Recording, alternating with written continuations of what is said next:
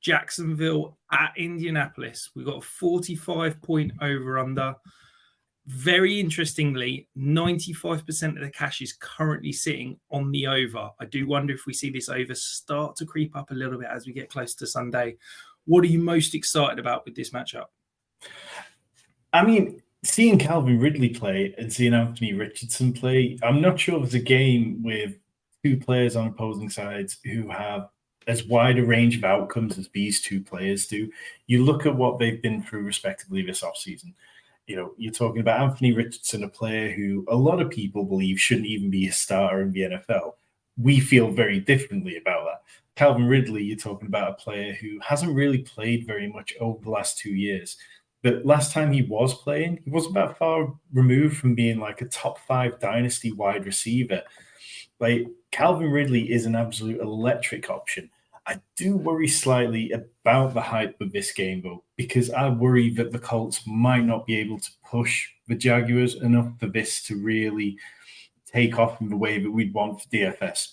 I think if you're talking about redraft, you start Calvin Ridley, you start Christian Kirk, you start Evan Ingram. On the other side of things, I think you can start Anthony Richardson with absolute confidence. Michael Pittman, you probably have to start depending on where you drafted him.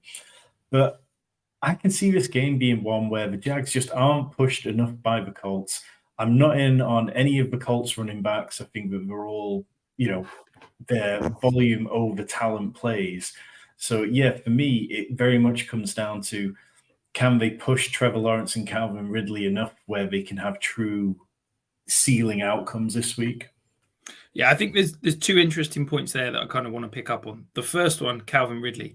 I'm so excited about Calvin Ridley this week. The Colts outside starting corners are two 2022 undrafted free agents.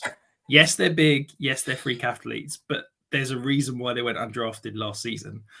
I think that Calvin Ridley could have an absolutely monster blow-up game, and I'm really excited to see it.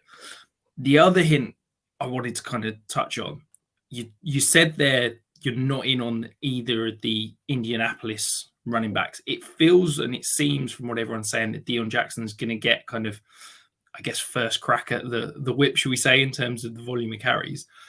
Is he a player that you're avoiding because you think he's going to be slightly chalky in terms of those DFS more kind of tournament plays? So Deion Jackson last year, he had one game where he absolutely blew up. He was the PPR running back 1 when he scored 28 points in week 6 against the Jags. So, there's a narrative there that you can cling on to if you want. But this team, they brought in Zach Moss, they've got Evan Hull, and Deion Jackson wasn't drafted by them. So we don't really know how it's going to play out. For me, it just comes back to Anthony Richardson. Like, you look at what he can do at quarterback and what he can do as a runner.